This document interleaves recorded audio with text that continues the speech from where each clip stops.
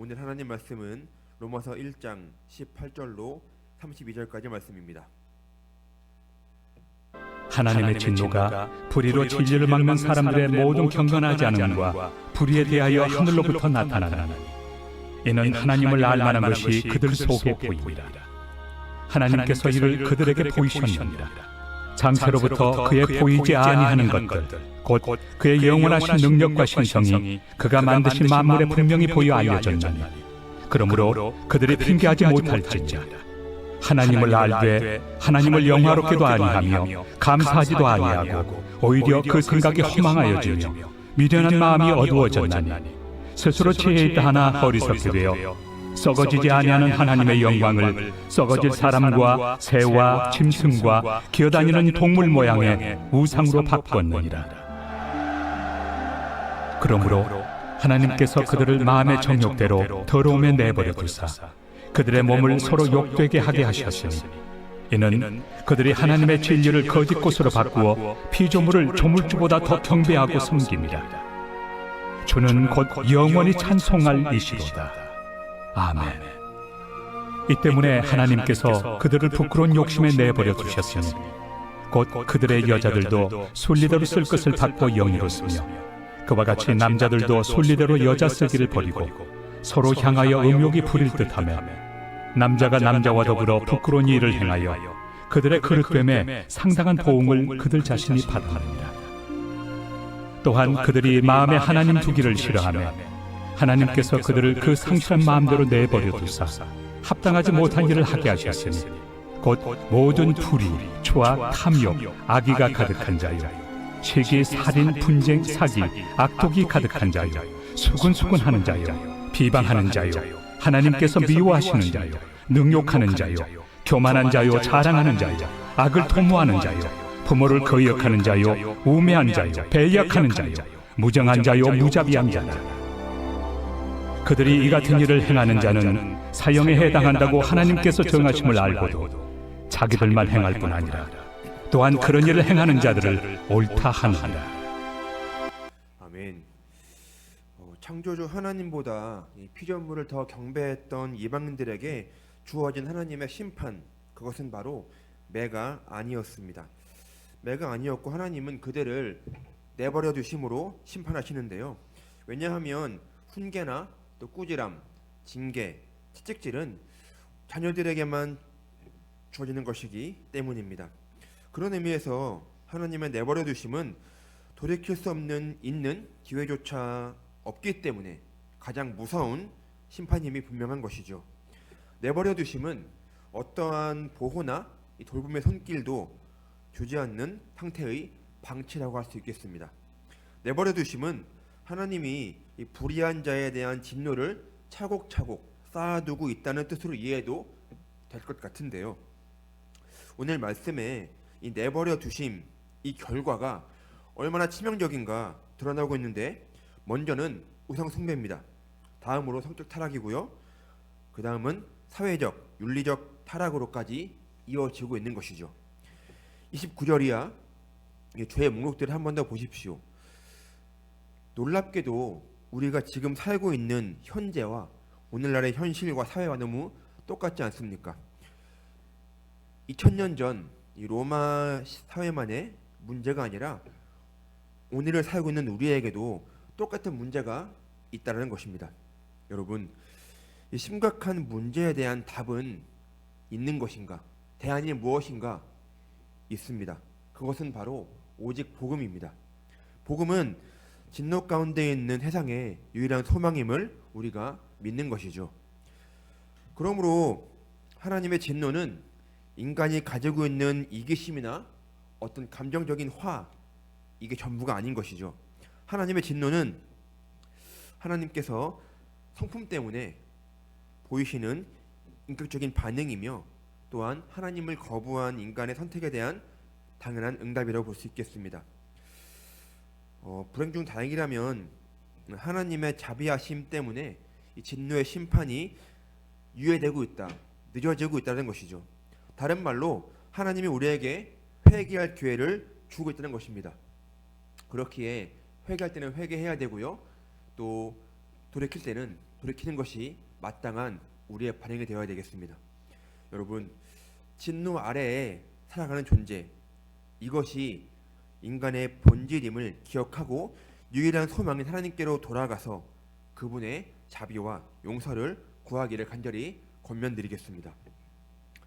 우리는 하나님을 아버지로 모시고 사는 아들이고 딸이기 때문에 우리가 잘못된 길을 걸어가고 있을 때 아버지는 매를 드시고 그 길 위에 서 있는 자기의 자녀들, 아들과 딸을 절대로 내버려 두지 않음을 우리가 믿어야 하겠습니다. 왜냐하면 하나님은 자기 아들 예수님을 내어줄 만큼 우리를 사랑하기 때문입니다. 성경에 말하죠. 하나님은 사랑이시라 분명히 증거하고 있습니다.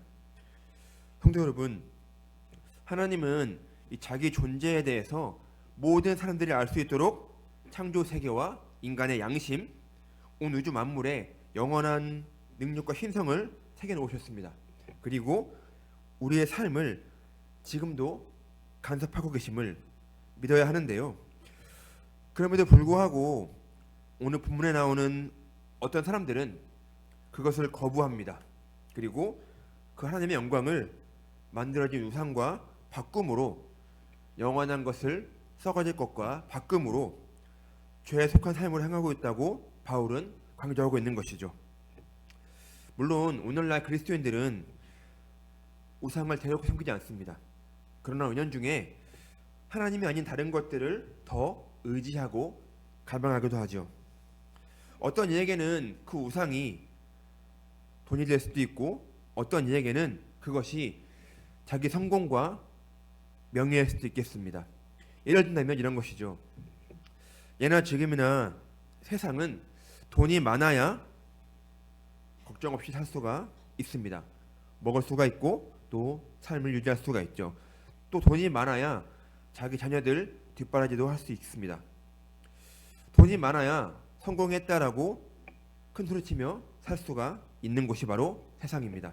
그래서 돈에 몰두하며 살다 보면 하나님은 자연스럽게 뒤로 밀려납니다. 성경 말씀에 예수님께서 두 명의 주인, 즉 하나님과 돈을 동시에 섬길 수 없다라고 분명히 말씀하신 이유가 여기에 있는 것이죠. 성경은 돈의 가치를 중립으로 봅니다. 돈은 사랑의 대상이 아닌 것이죠. 세상에는 돈보다 더 좋은 것들이 많습니다.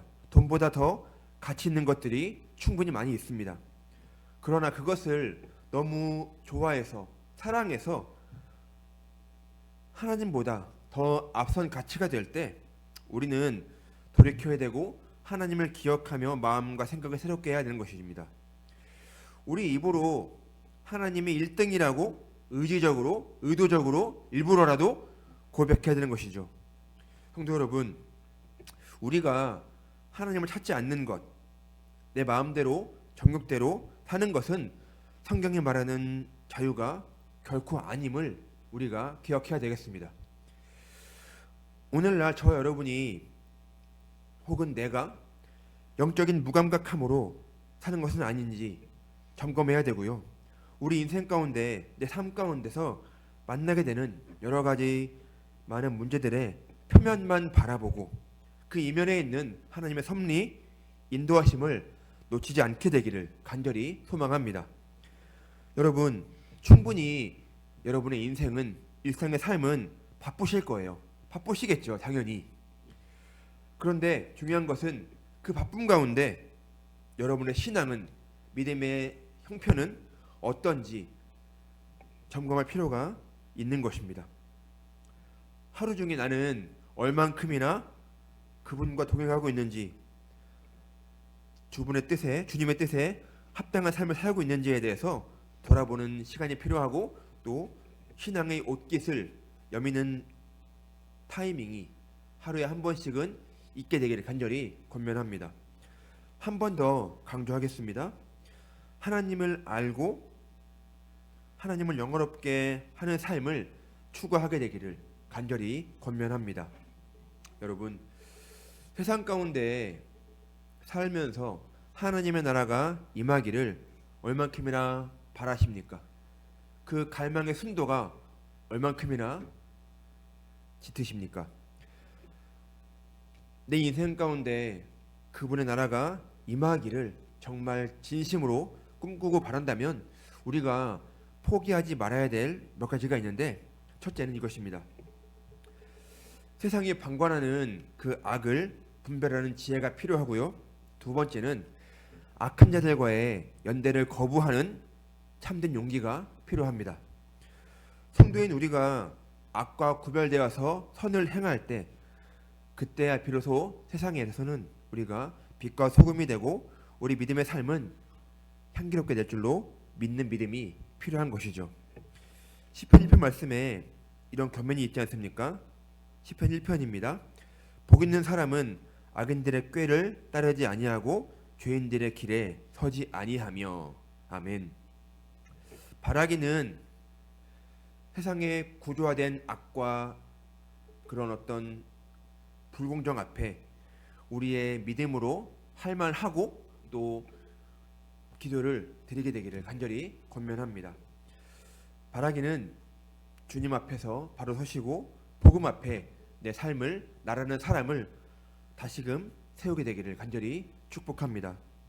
하나님께서 이 죄에 대해서 진노하신다, 이 말은요, 우리 마음에 좌절과 낙심을 주기 위함이 결코 아닙니다. 오히려 우리 인생에 복음의 필요성을 일깨우기 위한 하나님의 자비로운 경고임을 우리가 알아야 하겠습니다. 그렇기 때문에 우리 안에 있는 모든 우상을 버리고 하나님을 영화롭게 하며 여러 가지 죄 가운데 있는 세상을 향해서 담대함으로 복음을 전할 수 있는 전달자가 되기를 이 시간 주님의 이름으로 간절히 축원합니다. 함께 기도하겠습니다. 은혜와 자비의 하나님, 이 시간 하나님보다 더 사랑하는 것과 내 마음속에 있는 것이 무엇인지 늘 살피게 하시고 죄에 속한 인간의 본성을 회개하며 세상의 유혹에 눈돌리지 않고 하나님을 더 잘 믿고 섬길 수 있게 인도하여 주시옵소서. 매일 새벽 시간에 하나님과의 사귐을 허락하시고 하나님을 더욱 알아가는 그 기쁨을 누리게 하여 주시오며 하나님을 아는 그 지식 위에서 바른 삶을 살 수 있게 허락하여 주시옵소서. 복음을 붙들고 세상의 악한 문화에 빠지지 않는 견고한 신앙인으로 살게 하여 주시옵소서.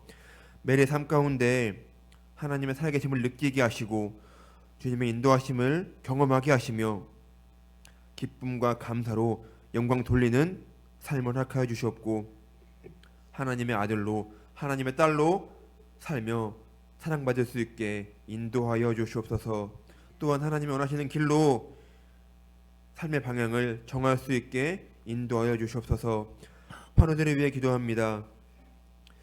병중에 있는 모든 주의 자녀들에게 하나님의 위로하심과 만지심이 있게 하시고 치료를 주관하는 모든 의료진들에게 그 손길 위에 지혜로 충만케 하셔서 치료와 수술의 모든 과정이 순탄하게 진행되는 회복의 역사가 있게 하여 주시옵소서. 감사드리며 예수님 이름으로 기도드립니다. 아멘.